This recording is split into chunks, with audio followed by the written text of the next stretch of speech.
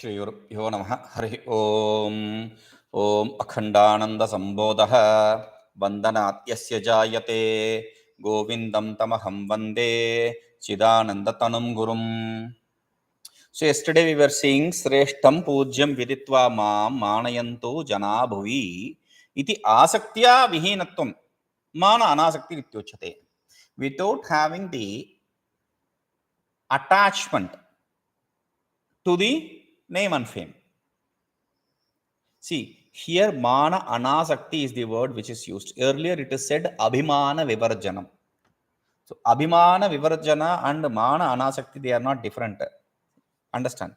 Mana with abhi upasarga. Upasarga means a kind of adverb kind of. Okay. So you add that abhi and then mana, abhi mana. They are both same words. And visarjana means to give up. And anasakti means not being attached. That is the difference between these two. Okay. Now, all these are plays of ego, different games of ego. That's all. Ego games. Now, next he says, saccintanasya sambādho vighno'yaṃ nirjane tataḥ stheyamityeka evāsti cetsaivaikāntaśīlatā. सच्चिंतनस्य संवादः विघ्नो अयं निर्जने ततः स्थेयम् इति एक एव अस्ति चेत् सैव एकान्तशीलता. अयं संवादः सच्चिंतनस्य विघ्नः. So this sambādha, samyak bādha, sambādha, this trouble, people are trouble. So this group of people, saccintanasya vighnaha, is an obstacle for meditating on the Sat. A group of people, they are always obstacle for meditating on the self or anything, any kind of meditation. Tataḥ nirjane stheyam iti. Therefore, stheyam means not steal. Stheyam here is to stay, sthiti. So, to stay in the peopleless. Nirjana means where there are no people. That is right. Now we have to understand this. Nirjane means people-less place. I already told you, even if you are going to go to a place where there are no persons there, while discussing about this in while enumerating this, I said, even when you go there, you will carry your mind with you. Therefore, you are going to be only in crowd, in the midst of crowd. You are never going to be alone anywhere, even inside a jungle. So, what does this nirjana means? See, sambādho, the group of people who are obstacles for satchintana, that is what we have to avoid. See, there are even if I say staying alone is the only way, it is not possible for everyone.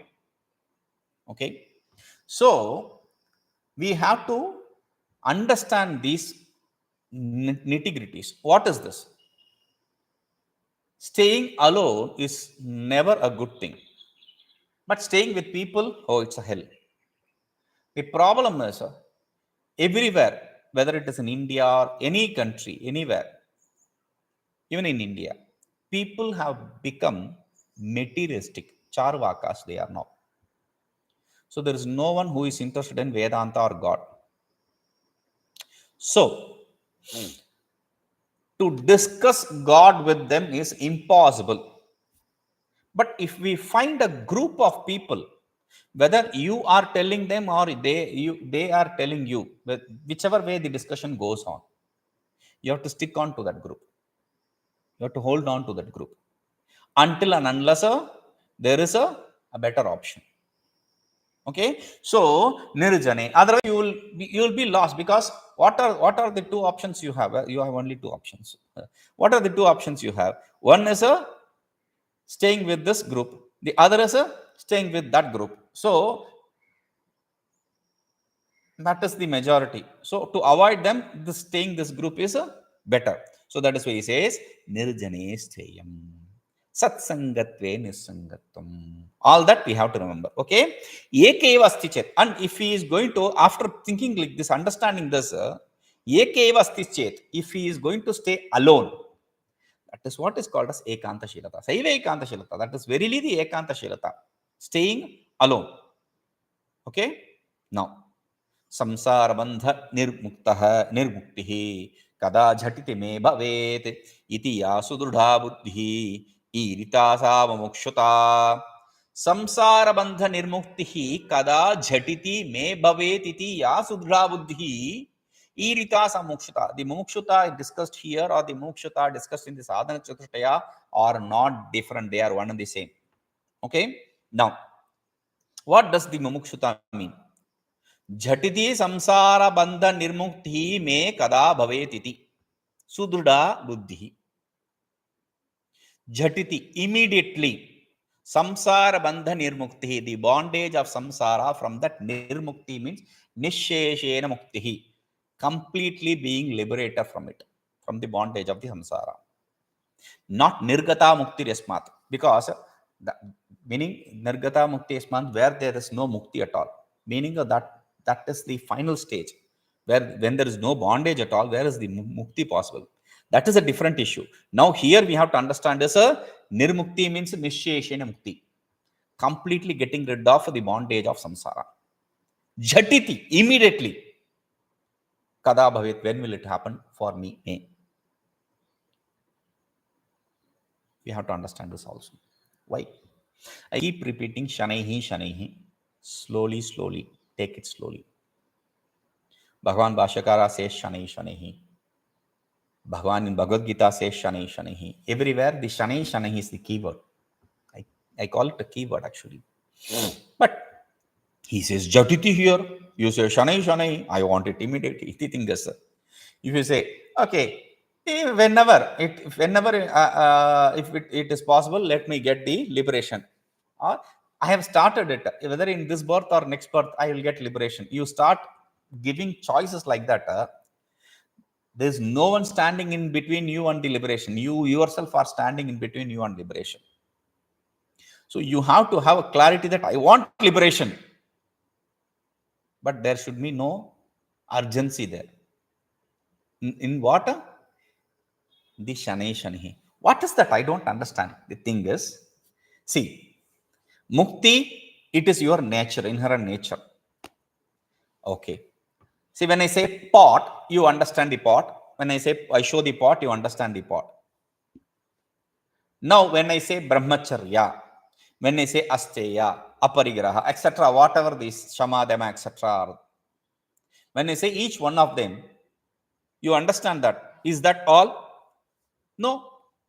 Even after we tell you, shama is the control of sense organ, dama is the control of shama is the control of mind, dama is control of sense organ. You understand it, but does your mind get controlled or does your sense organ get controlled?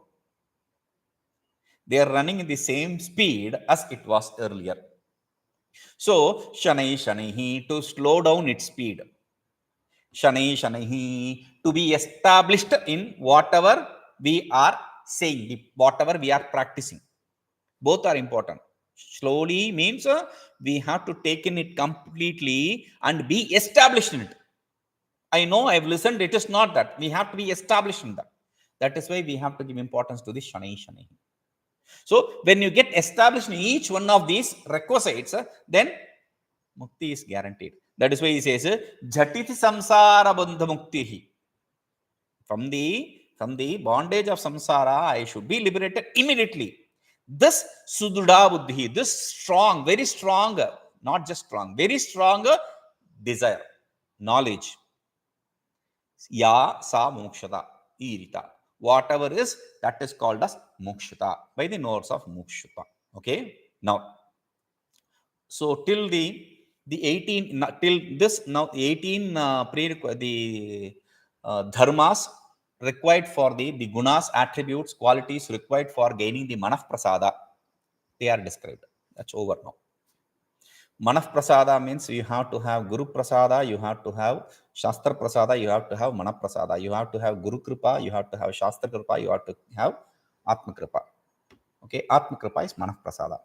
Manah prasada means grace of mind. Grace of mind means the clarity of mind. Only the clarity gives you grace. Okay? Now, clarity is what is grace, clarity is what is luck and all that. Okay?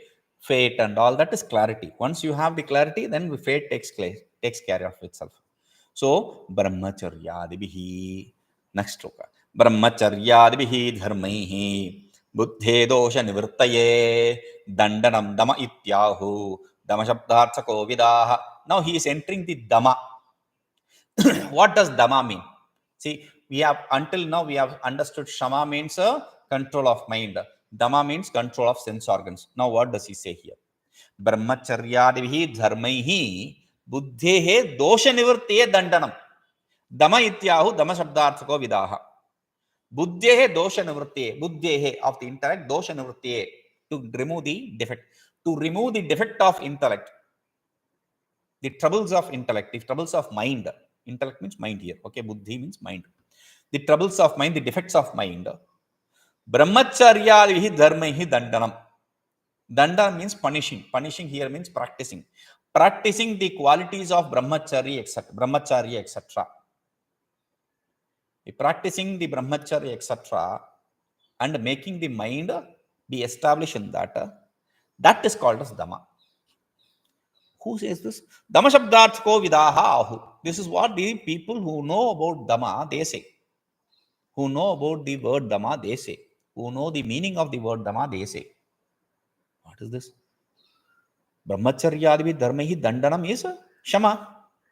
Practicing the brahmacharya, etc. qualities for manaprasada, which is good for shama. Now you are saying the same thing for dama also. I don't understand. Okay. Since you don't understand, I will make it simpler, which you understood already. With reference to that, I will make it simpler. He says, tattadvṛttinirodhena bāhyendriyavinigrahaḥ yogino dama ityāhurmanasaḥ śāntisādhanam. tattadvṛttinirodhena bāhyendriyavinigrahaḥ yoginah dama iti āhu manasaḥ śāntisādhanam. Okay, now tattadvṛttinirodhena, by controlling each one of their vrittis. Now, mind does not produce vritti. We have been explaining this again and again. Mind transforms itself into vritti, thought function. Mind transforms into a thought function. It's like an elastic. Okay, it just goes on elongating. It travels through the sense organs. Without the thought function, the sense organs are of no use. Even if you see the object, you don't register it. This we keep experiencing now and then when you are in the class. You are in the class and you don't listen or you don't see things. Your mind is somewhere else. So the mind should be associated with the sense organ for the sense organ to register the object. Otherwise, whether your sense organ is proper or the sense object is good, still you will not register it. So, tattadvṛttinirodhena, by controlling the thought function, you control the thought function, the sense object is not registered. Therefore, bāhyendriyavinigrahaḥ, by controlling the thought function, controlling the external sense organs. External sense organ, eye, nose, ear, mouth, and the skin. So, controlling these, by controlling the thought function, gaining the control over the sense organs. That is manasaḥ śāntisādhanam. That is the means for gaining the peace in the mind. That is gaining the control over the mind. That is what is called as dama. Okay, dama is useful for shama. Shama is useful for dama. If you don't have the sense organ control, you cannot have the mind control. If you don't have the mind control, you cannot have the sense organ control. So, yoginah ahu, this is what is called as dama by the yogis. Wait, by controlling the sense organ, I control the mind. I understand by controlling the mind, I control the vritti, I don't see the object. But I see the object, what happens?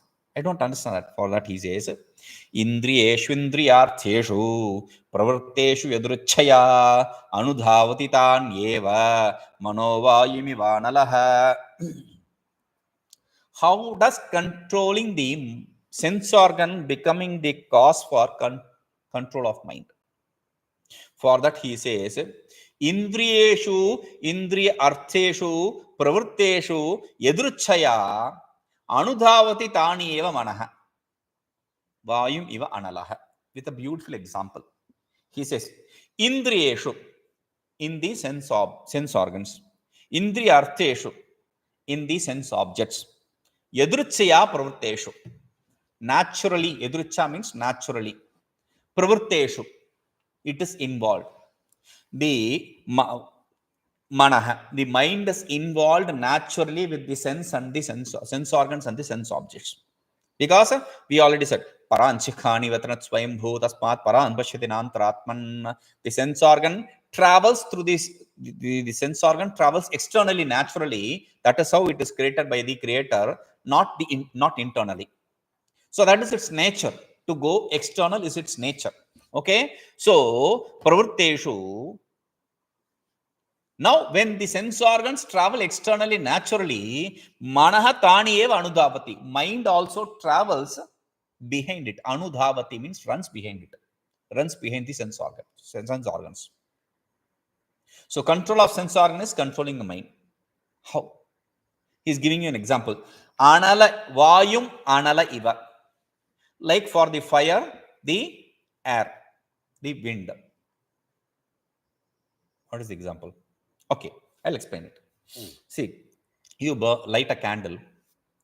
You put a glass jar over it. For a minute or two, it will burn until there is oxygen inside the glass. Once the oxygen is extinguished, the fire will also extinguish. There is no oxygen, there is no fire. Okay. So, fire is, oxygen is necessary for fire. A. B. Second scenario.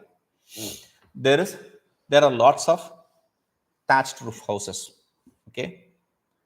Now, if one house, because of some reason, burns, or there are some tents, let us suppose there are tents. One house, one tent is burning. Okay. Air is everywhere, so there is no issue. The heat has enough oxygen, so it is going to burn till the tent is completely destroyed. Now, if there is a strong wind, the wind, whichever side it is moving, the same side it will carry the fire also. The same side as the wind, the fire also moves. So what happens is, whichever side the wind, the fire also moves the same side. Whichever side the sense organ, the mind also travels the same side, the same place. So therefore, everything gets destroyed by the fire. Similarly here, if your sense organ goes towards a sense object, your mind also runs behind those sense objects, and therefore you will not gain the control over mind or the sense organs. Is it important? We'll see. Indriyeṣu niruddheṣu tyaktva vegam manasvayam sattva upadatte prasadastena jayate prasanne sati citte'sya muktiṣ nānyatha. For your question, is it necessary? It is said here. Indriyeṣu niruddheṣu tyaktva vegam manaḥ swayam sattva upadatte prasadah tena jayate prasanne sati citte'sya muktiḥ siddhyati na anyatha. Indriyeṣu niruddheṣu, when the sense organs are controlled, manaḥ swayam vegam tyaktva, the mind naturally giving up its speed. Vegam means speed. Mind naturally giving up its speed. Sattva upadatte, gains the sattvic quality. Mind becomes sattvic. When your sense organs are controlled, only when your sense organs are controlled, your mind can be controlled. If you leave your sense organ to roam around, your mind cannot be controlled. So he says, and sattva, it gains the sattva. How can the control of mind, less the speed of mind, the mind becomes sattvic? Because vega, speed, what is speed? Speed is activity. What is the guna behind the activity? Rajasic. So, giving up the Rajasic guna, the mind becomes sattvic. So if it is not rajasic, it can either be tamasic or sattvic. Non-activity can be quality of a rajasic or sattvic, but the tamasic or sattvic. But the thing is, sattvic, it is because of laziness. Tamasic is because of laziness. Sattvic is because of the knowledge. By understanding, you give up. You are not inclined to involve yourself in the sense organs and sense objects. By understanding. So that he says, sattva bhavam padate, mind becomes sattvic. Tena prasada jayate. Through that, a clarity, grace of the mind takes place. Manaf prasada takes place.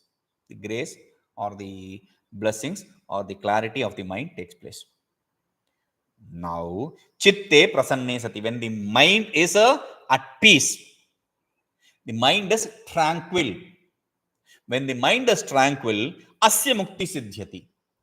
This person will gain the mukti, liberation. Nanyatha.